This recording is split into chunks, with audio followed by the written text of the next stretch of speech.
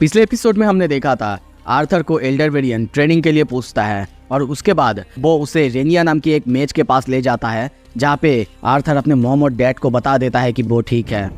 और अब वो एल्डर वेरियन के पास रुक जाता है ट्रेनिंग करने के लिए। अब आगे एपिसोड के शुरू में हमें 3 साल बाद की कहानी दिखाया जाता है। हम टेस को देखते हैं जो कि आर्थर के पैर में एक जोर से पिंच करती है और उसे उठा देती है। आर्थर दर्द से चिल्लाने लगता है और कहता है, ये क्या कर रही हो तुमने अपनी माना का यूज किया मेरे एंकल को ट्विस्ट करने के लिए। क्या तुम कोई और तरीका नहीं ढूंढ सकती हो? पर वो कहती है, मैं क्या कर सकती हूँ, नॉर्मली कहूँ तो तुम उठते ही नहीं हो और उसके अलावा तुम्हें तो खुश होना चाहिए, मेरे जैसे एक प्रिंसेस तुम्हें आके उठा रही है। आर्थर कहता है, क्या कहा तुमने? पर यहाँ पे तो मुझे जो नौकरानियाँ हैं वो भी खूबसूरत लगता है।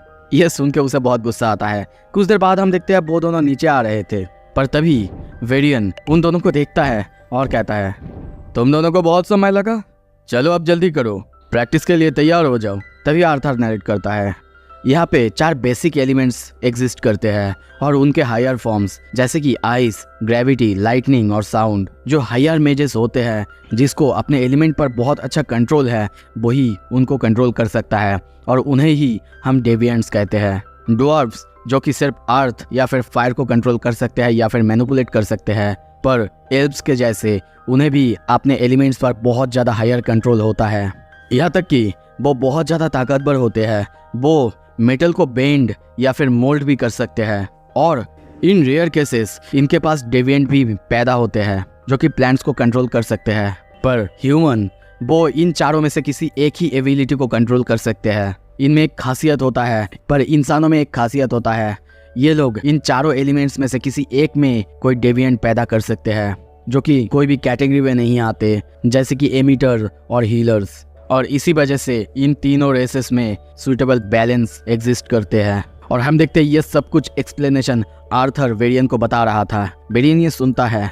दूसरी तरफ वहीं पे हम टेस को बहुत थका हुआ देखते हैं, पर तभी टेस पूछती है, मेरे पास एक सवाल है, क्या आप बता सकती है, मैं जो इतने दिनों से इतने ट्रेनिंग कर रही हूँ और आर्थर वो कोई भी फिजिकल ट्रेनिंग नहीं कर रहा है। पर आर्थर ये सुनता है और एक्सप्लेन करता है कि टेस वो कितनी पावरफुल है, क्योंकि नॉर्मली उनके रेसेस के अंदर भी 10 के नीचे ज़्यादातर तो एवेकन नहीं होते, पर वो सिर्फ 9 साल की एज में ही एवेकन हो चुकी थी। वेरियन उससे कहता है, तुम इतना गुस्सा क्यों हो रही हो, क्या सिर्फ तुमको पीटा जा रहा है इसी वजह से? वो कहती है, हाँ बिल्कुल। आर्थर उसे देखता है और सोचता है, मैं बस देखना चाहता हूँ टेस फ्यूचर में क्या मॉन्स्टर बनेगी। वेरियन उसे समझाता है, देखो आर्थर इतने सालों से बस अपने माना को, अपने सारे ऑर्गन्स को फ्यूज कर रहा था, वो तुम्हारे जैसे फिजिकल ट्रेनिंग नहीं कर रहा था, पर मैं तुम्हें एश्योर करता हूँ जब वो तैयार हो जाएगा वो बिल्कुल तुम्हारी तरह ही ट्रेनिंग करने लगेगा, यहाँ तक कि वो एक वेटरन वॉरियर से भी ताकतवर बन जाएगा। ये सुन के वो कहती है, क्या सच में? तो फिर मैं जब उसे हीट करती हूँ उसे लगता क्यों है? ये सुन के आर्थर गुस्से में कहता है, हाँ मुझे फिर भी दर्द तो होगा ना।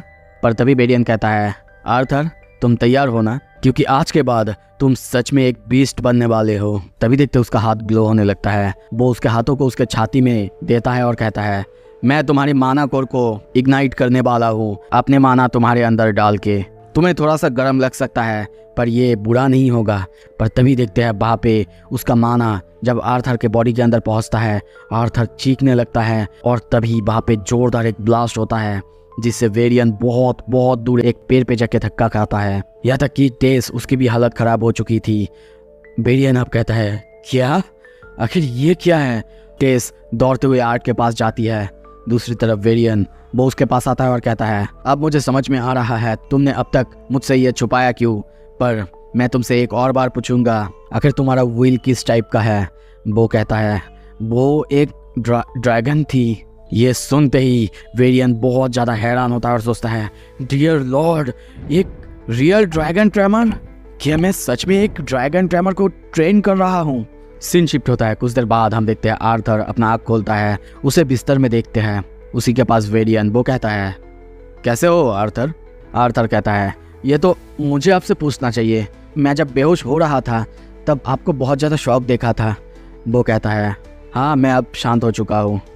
आर्थर कहता है, तो फिर आप प्रॉमिस करते हैं ना मेरे जाने के बाद भी ये राज अब राज ही रखेंगे? वो कहता है ऑफ कोर्स, पर तुम्हें पता है वो डेट यानी तुम्हारे जाने का डेट आज से सिर्फ 4 महीने बाद ही है। ये सुन के आर्थर बहुत चौंकता है और कहता है क्या सच में? पर मुझे तो लगा था अभी और 2 साल बचे हुए हैं। फरबेरियन कहता है नहीं, एक इंटरनेशनल टूर्नामेंट 3 किंगडम के बीच होने वाला है। ये सुन के आर्थर पहले तो बहुत एक्साइटेड होता है, पर बाद में वो बहुत हैरान भी होता है क्योंकि अब उसके पास सिर्फ 4 महीने बचे हुए थे। वेरियन उससे कहता है तुम टेस्ट के बारे में चिंता मत करो, और वैसे भी मुझे पता है तुम कई बार रेना के पास गए हो अपने मॉम और डैड को देखने, पर अब तुम उन्हें अपने सामने देखने वाले हो, बस कुछ महीने ही बाकी है। ये सुन के वो कहता है हाँ आपने सही कहा। ये सब कह के देखते हैं वेरियन वहाँ से चली जाता है और आर्थर सोचता है 4 महीने, सिर्फ 4 महीने। पर तभी वो अंडा जो कि सिल्विया ने दिया था, हम देखते हैं उसमें क्रैक आने लगता है। आर्थर को कुछ भी समझ नहीं आता। वो कहता है सिल्विया का स्टोन, क्या ये टूट चुका है? पर तभी उसमें क्रैक आता है, उसमें से एक आग को वो बाहर निकलते हुए देखता है। वो चौंकते हुए सोचता है क्या ये स्टोन दरअसल एक एग है? और तभी देखते हैं उस अंडे में से एक बहुत क्यूट सा छोटा ड्रैगन बाहर निकलता है। उसे देखते ही आर्थर बहुत ज़्यादा शॉक होता है। कुछ देर बाद वो दोनों एक दूसरे को देखते हैं। आर्थर कहता है तुम एक ड्रैगन हो ना? ये सुनते ही वो बहुत खुश होती है और कहते हैं क्यों? पर तभी वो जाके सीधा आर्थर के हाथ में काट लेता है। वहाँ पे एक मार्क आ जाता है। आर्थर को कुछ भी समझ नहीं आता, पर तभी देखते हैं आर्थर उसकी आवाज़ सुन सकता है अपने दिमाग में। पहले तो उसे समझ नहीं आ रहा था कि यह आवाज़ ये किसका है, पर बाद में समझ आता है वो ड्रैगन वो उसे मम्मा मम्मा कहने लगता है। पर कुछ देर बाद जब आर्थर को समझ आता है ये छोटा ड्रैगन ये उसके दिमाग में बात कर रहा है, तब वो कहता है मैं एक बॉय हूँ तो फिर मुझे पापा कहना। और ये सुनते ही वो ड्रैगन उसे पापा कहता है। ये सुन के आर्थर बहुत खुश होता है और कहता है मुझे लगता है कि मैं तुम्हें सिल्वी कहूँगा, जो कि तुम्हारे माँ के नाम के ऊपर है। ये नाम सुन के सिल्वी बहुत खुश होती है। आर्थर उसे सोते हुए देखता है और सोचता है ये मार्ग, लगता है कि ये कुछ स्पेशल है, इसी के द्वारा ये लिटिल ड्रैगन मेरे साथ कनेक्ट हो रहा है। मैं सिर्फ 8 साल का हूँ जिसके पास एक टैटू है, जो कि अब एक फादर भी है। मैं सच में एक रेबल हूँ। कुछ देर बाद देखते हैं वो सो जाता है, पर तभी अचानक से वो नींद से जाग जाता है। उसके सामने टेस थी जिसके पास वो ड्रैगन थी।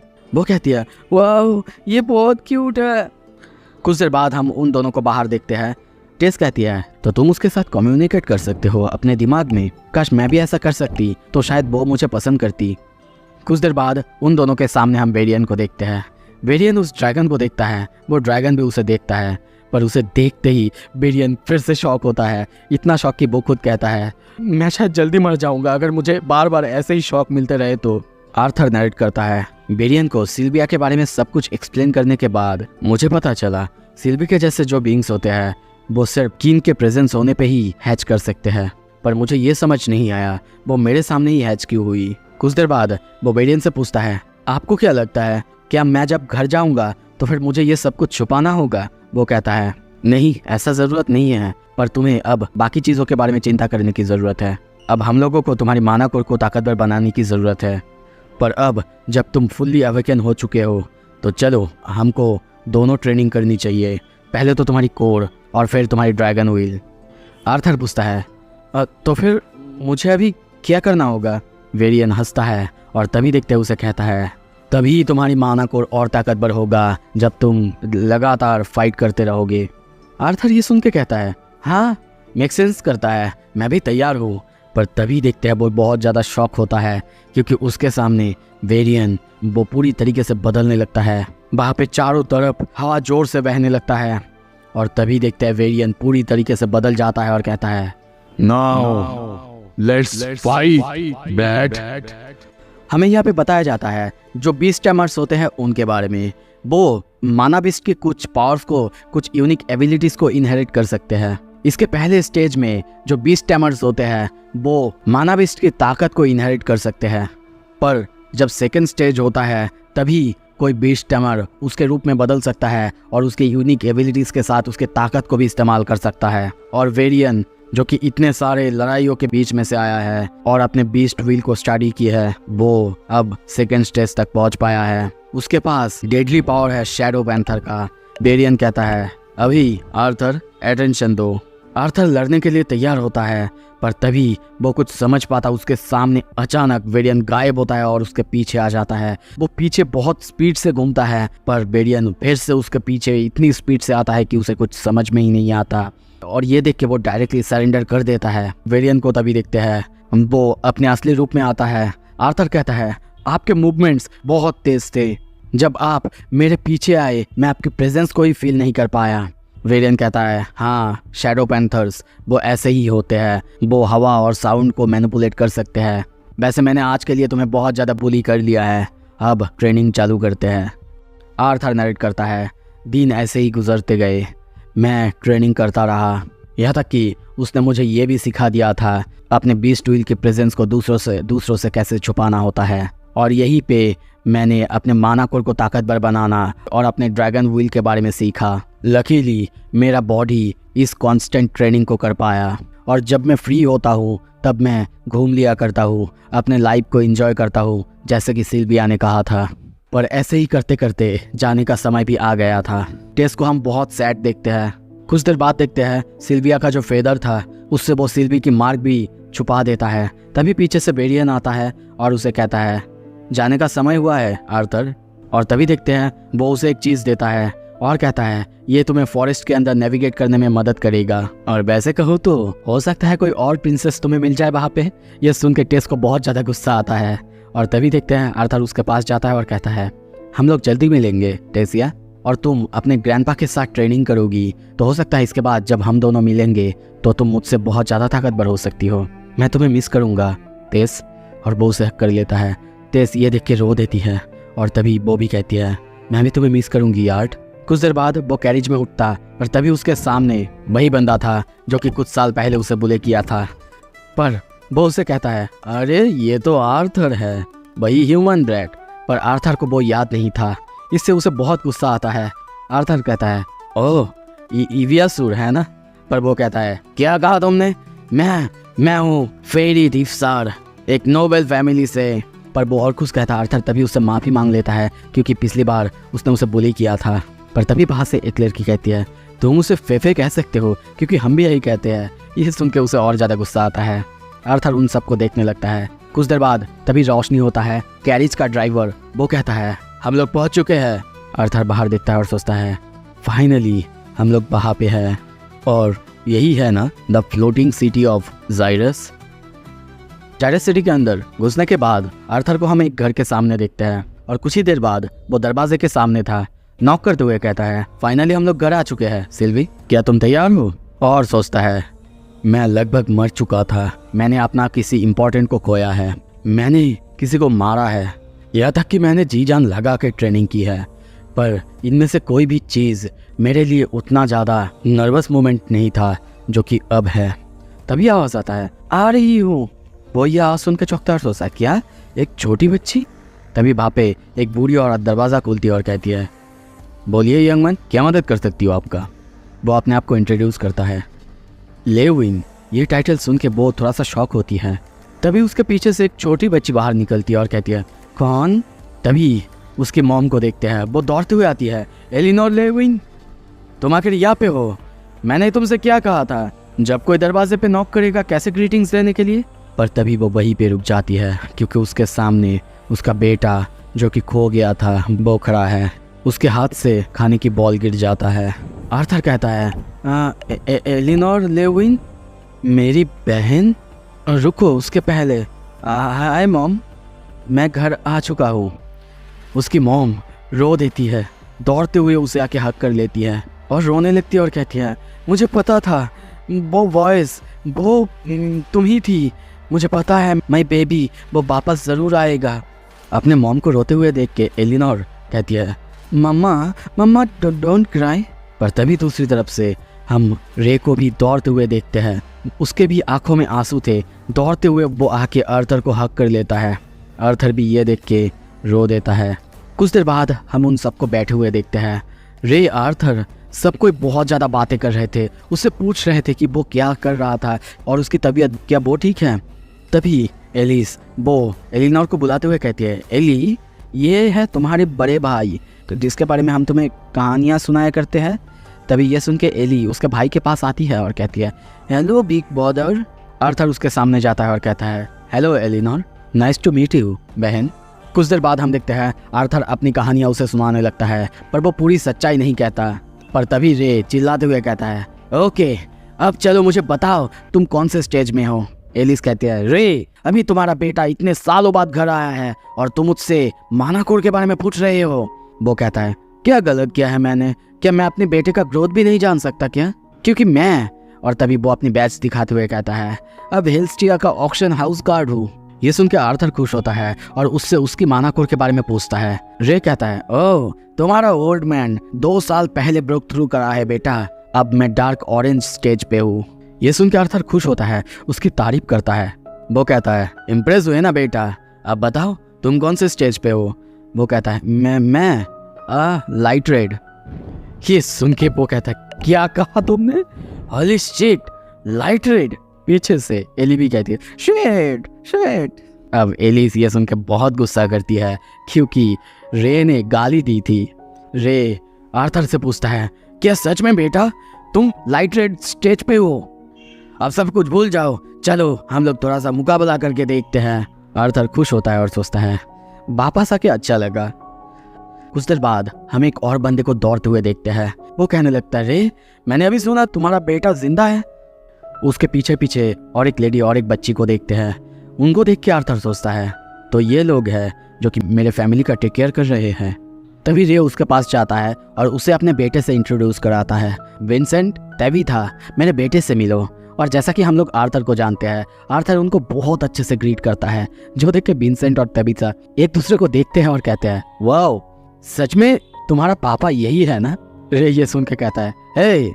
आर्थर कहता है, हाँ मुझसे कई बार ये पूछा जाता है। उसके बाद टेबिथा अपने बेटी लिलिया उससे भी उसे मिलाता है। आर्थर उससे हाय कहता है, यहाँ तक कि सिल्वी वो भी उसे हाय कहता है। सिल्वी को देख के वो बहुत ज़्यादा शॉक होती है और कहती है, ये कितनी क्यूट है। कुछ देर बाद विंसेंट को पता लगता है कि वो दोनों अब लड़ने वाले हैं। हम अब आर्थर और रे को घर के बाहर देखते हैं। दोनों लड़ने के लिए तैयार होते हैं। हम वहीं पे एलिस टेबिथा को देखते हैं, यहाँ तक कि एली को हम सिल्वी के साथ खेलते हुए देखते हैं। तभी विंसेंट भी उनके पास आता है और कहता है, एलिस तुम सीरियस तो नहीं हो ना जो तुम्हारे हस्बैंड कह रहे हैं कि आर्थर का मानाकोर एक लाइट रेड है? वो कहती है, मैं भी सरप्राइज हुई थी, पर आर्थर बहुत जल्दी जल्दी सीखता है, उसके पास झूठ बोलने की कोई रीज़न नहीं है। पर विंसेंट ये मानने को राजी ही नहीं था। उसे ये विश्वास ही नहीं हो रहा था कि एक 8 साल का बच्चा कैसे लाइट रेड तक पहुंच सकता है, जबकि कोई एडल्ट बहुत ट्रेनिंग के बाद भी यहाँ तक नहीं पहुंचते। तभी रे फाइट करने के लिए तैयार होता है और कहता है, आई होप तुम तैयार हो, क्योंकि मैं अब वो पहले वाला बंदा नहीं हूँ। आर्थर भी तैयार होते हुए कहता है, ना कि मैं। तभी आर्थर बहुत तेजी से रे की तरफ दौड़ता है और उसे घूमते हुए एक किक मारता है, पर रे उसके पैर को पकड़ लेता है और कहता है, तुम्हें और कोशिश करनी होगी बेटा। पर आर्थर फिर से घूमते हुए और एक एल्बो से मारता, पर रे उसको पकड़ लेता है, दूर फेंकता। और तभी देखते आर्थर उसकी ड्रेस को पकड़ लेता है और उसे उठा के दूर फेंक देता है। आर्थर कहता है, तो क्या लगता है पापा? रे कहता है, बुरा नहीं है, मैं मानता हूँ तुम ताकतवर हो चुके हो, पर अब तुम्हारा पापा सीरियस होने वाले हैं बेटा। और तभी देखते हैं वो अपना नया पावर एक्टिवेट करता है। रे कहता है, जब मैं डार्क ऑरेंज स्टेज तक आया तब मैंने ये नया टेक्निक सीखी। आर्थर अब इस दुनिया की पावर के बारे में नरेट करता है कि इस दुनिया में बहुत जल्द ही सबको पता लगाना होता है उनके अंदर कौन से एलिमेंट का पावर है, ताकि वो उसी को लेकर ट्रेनिंग कर सके। पर इस दुनिया में कॉन्जूरर्स जो होते हैं उनके पास थोड़े से एडवांटेज होते हैं, क्योंकि वो अपने एलिमेंट को बहुत जल्दी मैनिपुलेट कर सकते हैं। पर हाँ, उनको इसके लिए कोई सर्टेन थ्रेशोल्ड पार करना होगा। और मेरा पापा जो कि बचपन से ट्रेनिंग करते हुए आ रहे हैं पर कोई फॉर्मल ट्रेनिंग नहीं की, उनको यहाँ तक पहुँचने के लिए डार्क ऑरेंज स्टेज लगा। और अब वो अपने मानाकोर को एक्सप्लोसिव फायर में बदल सकते हैं। पर मैं जिस दुनिया से आया हूँ वहाँ पे सब कुछ थोड़ा सा अलग है। तुम्हें बचपन से बताया नहीं जाता कि तुम आगे जाके कौन सा रास्ता लोगे। सब कुछ तुम्हारे ट्रेनिंग और तुम्हारे टैलेंट के ऊपर निर्भर करता है। पर किसी को सिर्फ एक चीज़ के अंदर फंसा नहीं दिया जाता। और उस दुनिया से होने की वजह से मैंने भी कुछ नई ट्रिक सीखा है।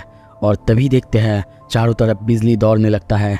आर्थर के बॉडी से बिजली दौड़ने लगता है आर्थर भी लड़ने के लिए तैयार होता है और कहता है, try not to be surprise पापा। एपिसोड के शुरू में हम आर्थर और उसके सामने उसके पापा को देखते हैं। दोनों अपने अपने पावर्स को जगाए हुए हैं, यानी आर्थर अपने लाइटनिंग पावर के साथ और रे अपनी फायर पावर के साथ।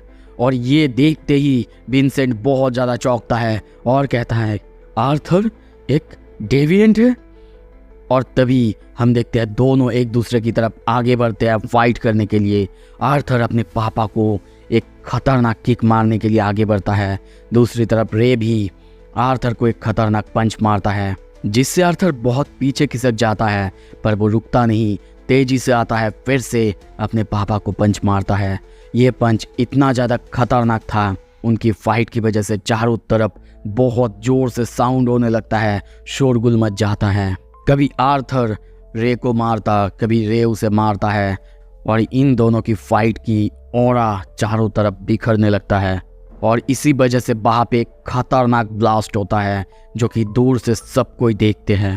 पर वो दोनों अब भी नहीं रुके थे।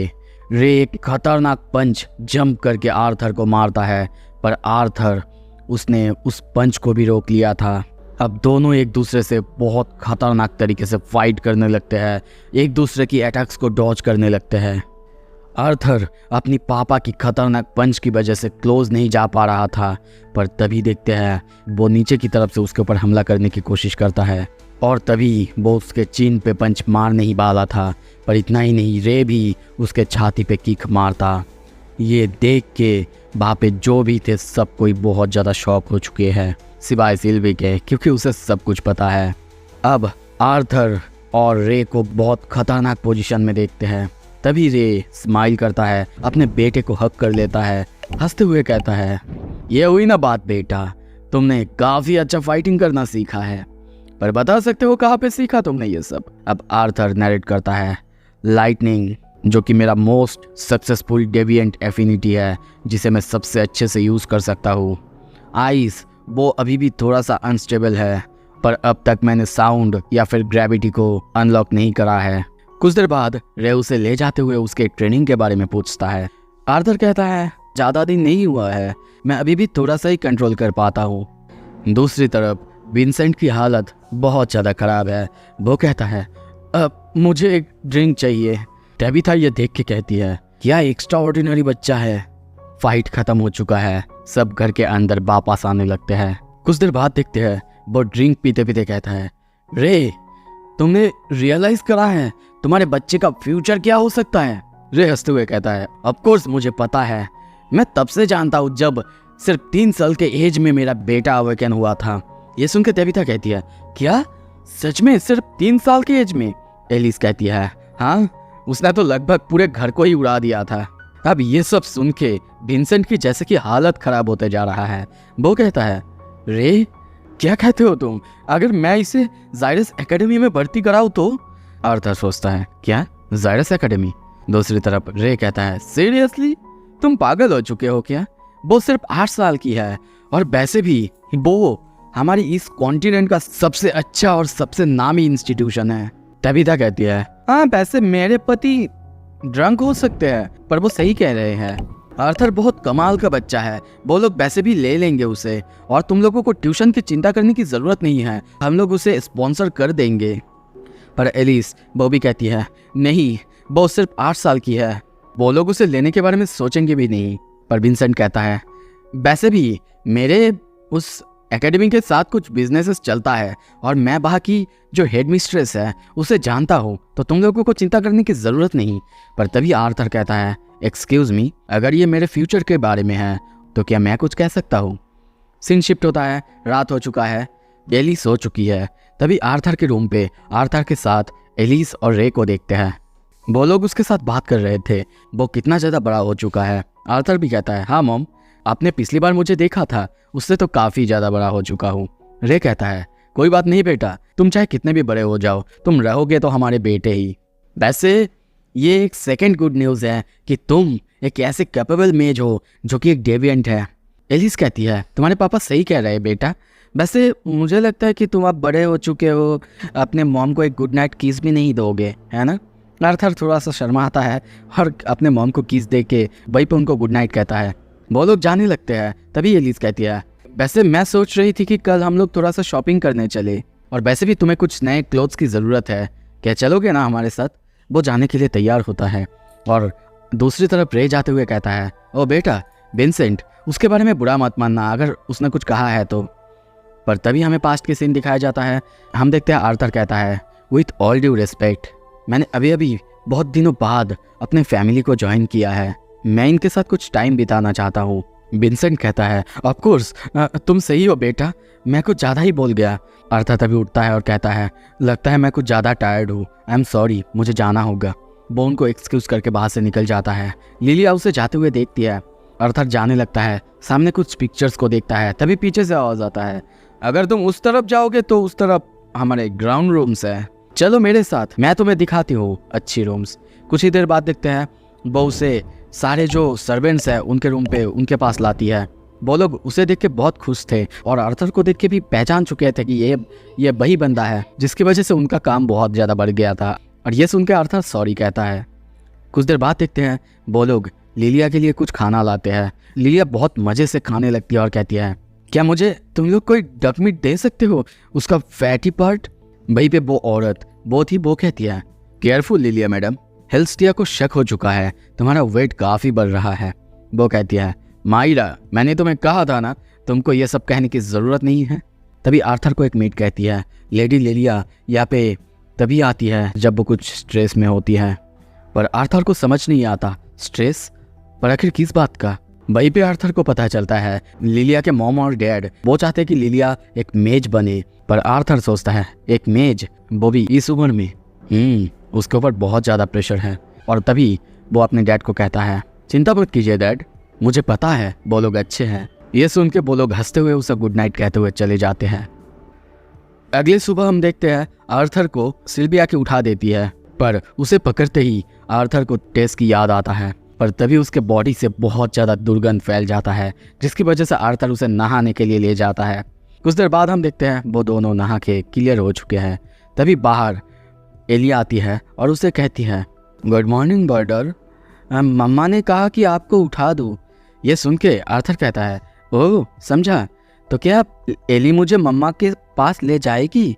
ये सुन के एली खुश होती है और खुशी खुशी उसे ले जाने लगती है। सीन शिफ्ट होता है। कुछ देर बाद हम देखते हैं सब कोई अब जायरस सिटी के बाजार में आ चुके हैं। आर्थर वहाँ पे अलग अलग दुकानों में देखने लगता है। तभी एक दुकान को देख के कहता है, ये किस चीज़ की दुकान है? हेल्स्टिया कहती है, ओह ये जो स्मॉल ऑर्ब्स तुम देख रहे हो ना, इनको बीस्ट कोर कहा जाता है। ये बहुत ज़्यादा मैजिकल कोर्स है, इनको एक्सट्रैक्ट करने के बाद अलग अलग माना की पावर्स तुम्हारे अंदर आ सकती है, जिससे तुम काफ़ी पावरफुल हो सकते हो। और लोग पता है इनके लिए पागल होते हैं, हज़ारों गोल्ड इनके लिए खर्च कर देते हैं। ये सुनते ही आर्थर पागल हो जाता है और सोचता है, नहीं मेरे लिए मेरा बीस्ट व्हील काफ़ी है। हेल्स्टिया तभी कहती है, ओ आर्थर, वैसे हमारे हेल्स्टिया हाउस में एक ऑक्शन होने जा रहा है, वहाँ पे ऐसे काफ़ी कुछ ऑक्शन में आएगी, तुम चाहो तो वहाँ पे आ सकते हो। आर्थर कहता है, ठीक है हेल्स्टिया। तभी लिलिया उसे कहती है, कम ऑन, चलो एक जगह है मैं जहाँ पे तुम्हें ले जाना चाहता हूँ। आर्थर को हम एक हेयर सैलो में देखते हैं। वो बहुत डरा हुआ था उस आदमी को देख के जो कि उसके बाल काटने वाला था। पर कुछ देर बाद जब वो अपने फैमिली के सामने जाता है, सब उसकी तारीफ करते हैं, क्योंकि अब उसे देख के लग रहा था कि वो एक सिविलाइज मैन है। यहाँ तक कि एली भी कहती है, हाँ बहुत अच्छी लग रही है, अब ऐसा लग रहा है कि आप मेरी भाई है। वहाँ से निकलते ही एक जगह से जाते हुए हम देखते हैं आर्थर नीचे की तरफ देखता है, वहाँ पे कुछ लोग थे। लिलिया कहती है, ओह ये लोग जायरस एकेडमी के स्टूडेंट्स हैं, वो यूनिफॉर्म पाने के लिए सब लोग पागल होते हैं, वो एक स्टेटस है। आर्थर कहता है, क्या सच में? पर मुझे तो कुछ जर्क्स जैसे लग रहे हैं। वो कहती है, हाँ कुछ तो होते हैं। तभी वहाँ पे सब आते हैं। एलिस कहती है, तुम लोग किस चीज़ के बारे में बात कर रहे हो? लिलिया कहती है, ओ हम लोग बस स्कूल के बारे में। पर तभी आर्थर को देखते हैं, वो पागलों जैसा जा रहा था। ये देख के सब हंसने लगते हैं। एलिस कहती है, उसे पहले देखने के बाद अब लगता है कि वो एक नॉर्मल किड है। कुछ ही देर बाद आर्थर एक दुकान के अंदर आता है, उसमें चारों तरफ अलग अलग हथियार थे। वो सबको देखने लगता है, पर वहाँ पे एक बंदा उसको देख के ब्रैगिंग करने लगता है कि ये जगह बच्चों के लिए नहीं है, और वो जिस तलवार को देख रहा है वो कोई खिलौना नहीं है। वो उसके कंधे पे हाथ देता, उसे समझाने की कोशिश करता, पर तभी आर्थर उसके कंधे से हाथ को हटा देता है और कहता है, हाँ मुझे सब कुछ पता है कौन से सॉर्ट की चीज़ की है, माफ़ करना मुझे यहाँ पे ऐसे आने के लिए, जा रहा हूँ मैं। पर तभी वो बंदा उसे पकड़ता है और कहता है, ए ब्रैट, आखिर तुम किस फैमिली के हो, तुम्हें पता है ना मेरा नाम है यूगस्टस। पर तभी सामने देख के चौंकता है क्योंकि उसके सामने हेल्स्टिया थी। वो कहती है, इक्टस, तुम रेवेनफोर्ड हाउस से हो, है ना? क्या चाहते हो, मैं तुम्हारी फैमिली को ऑक्शन में आने से बैन कर दूं? पर यह सुनते ही वो बंदा उसके सामने झुक जाता है, माफ़ी मांगने लगता है।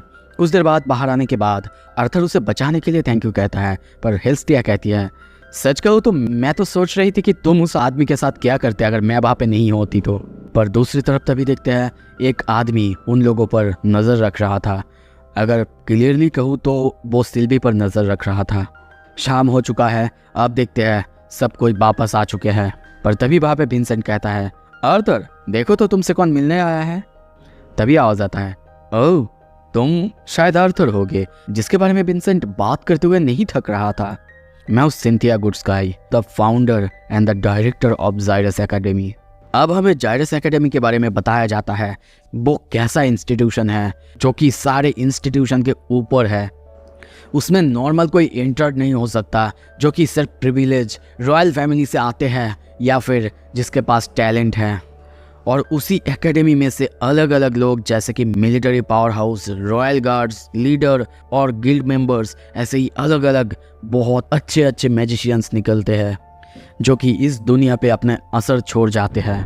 और इसी वजह से ये स्कूल इस कॉन्टिनेंट का सबसे अच्छा स्कूल है और ये सब कुछ डायरेक्टर गुडस्काई की वजह से है।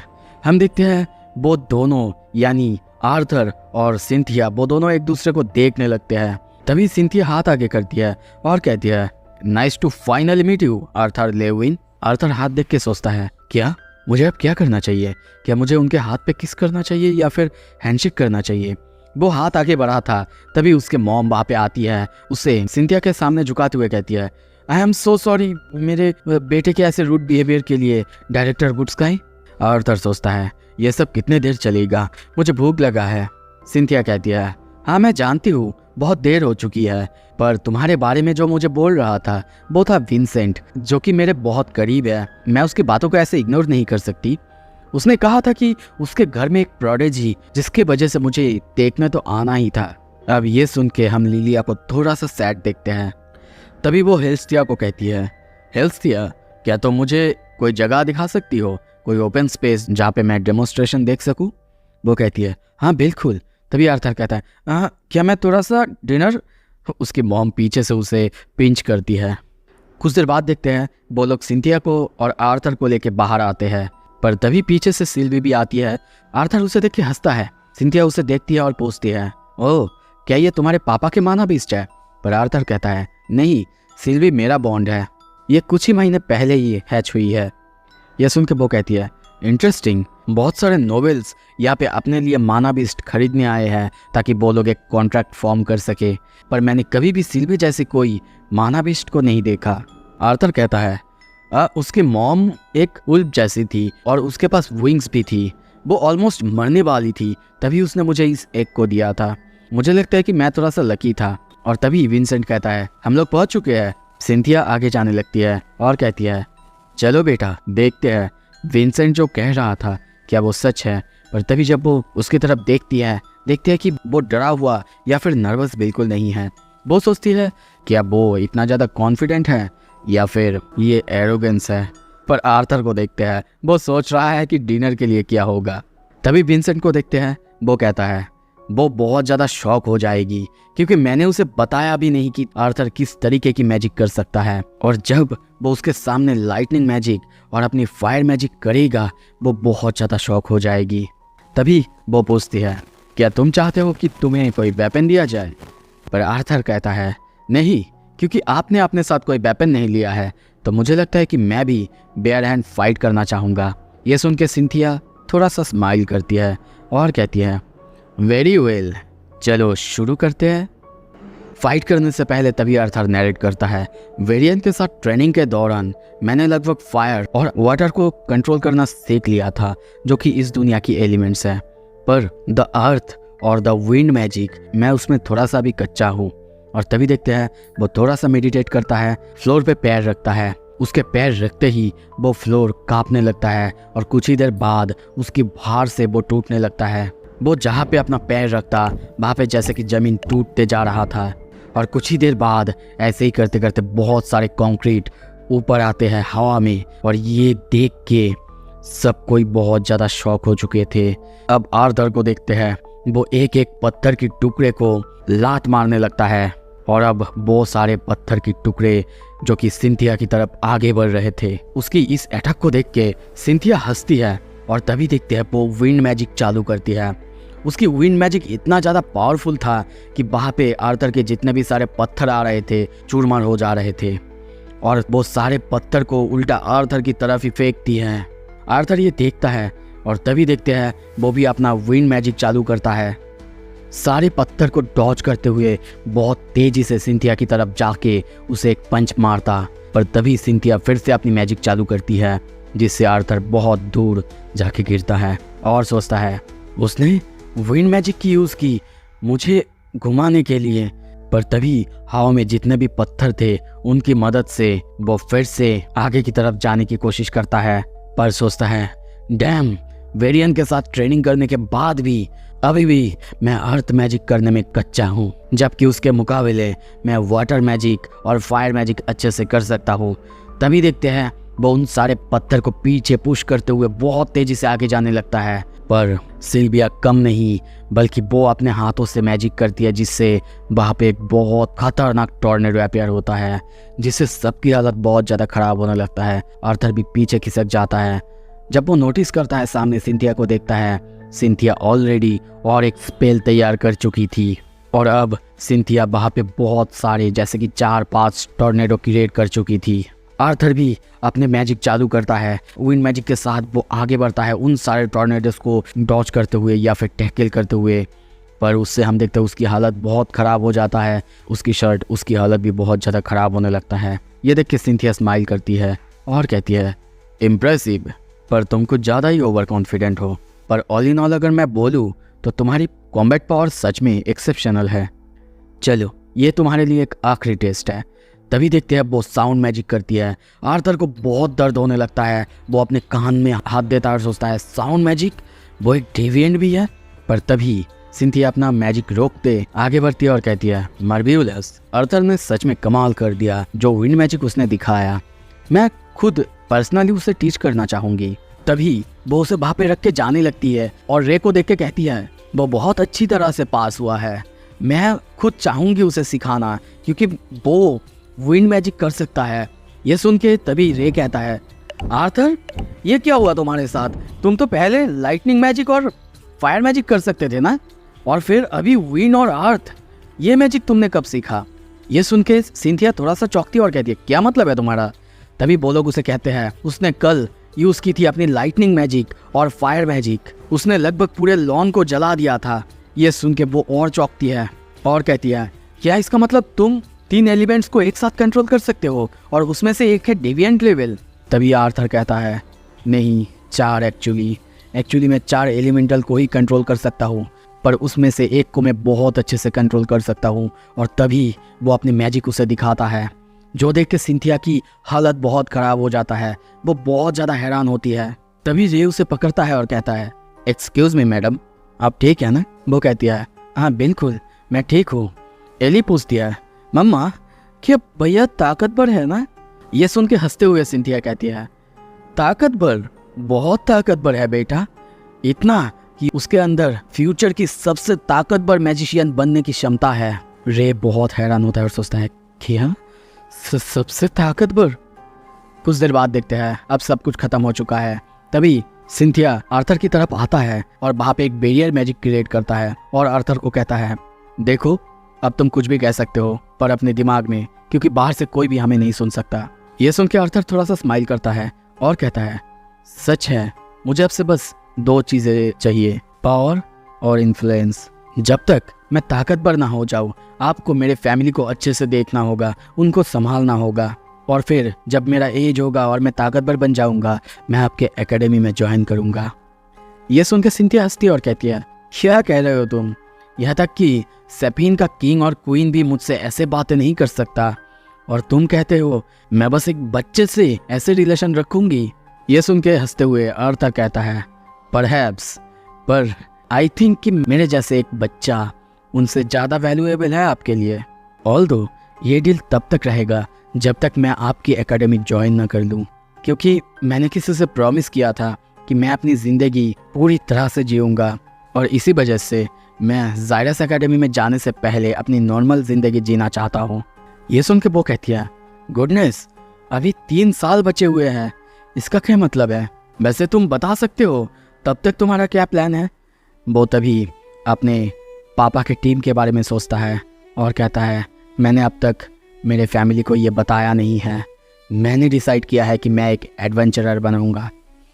ये एपिसोड यहीं पे ख़त्म होता है। अगला एपिसोड जल्दी आएगा। अगर आपको अगला एपिसोड देखना है, जल्दी से जल्दी लाइक करो, शेयर करो एंड कमेंट ज़रूर करना। नए एपिसोड देखने के लिए सब्सक्राइब करो। Stay tuned.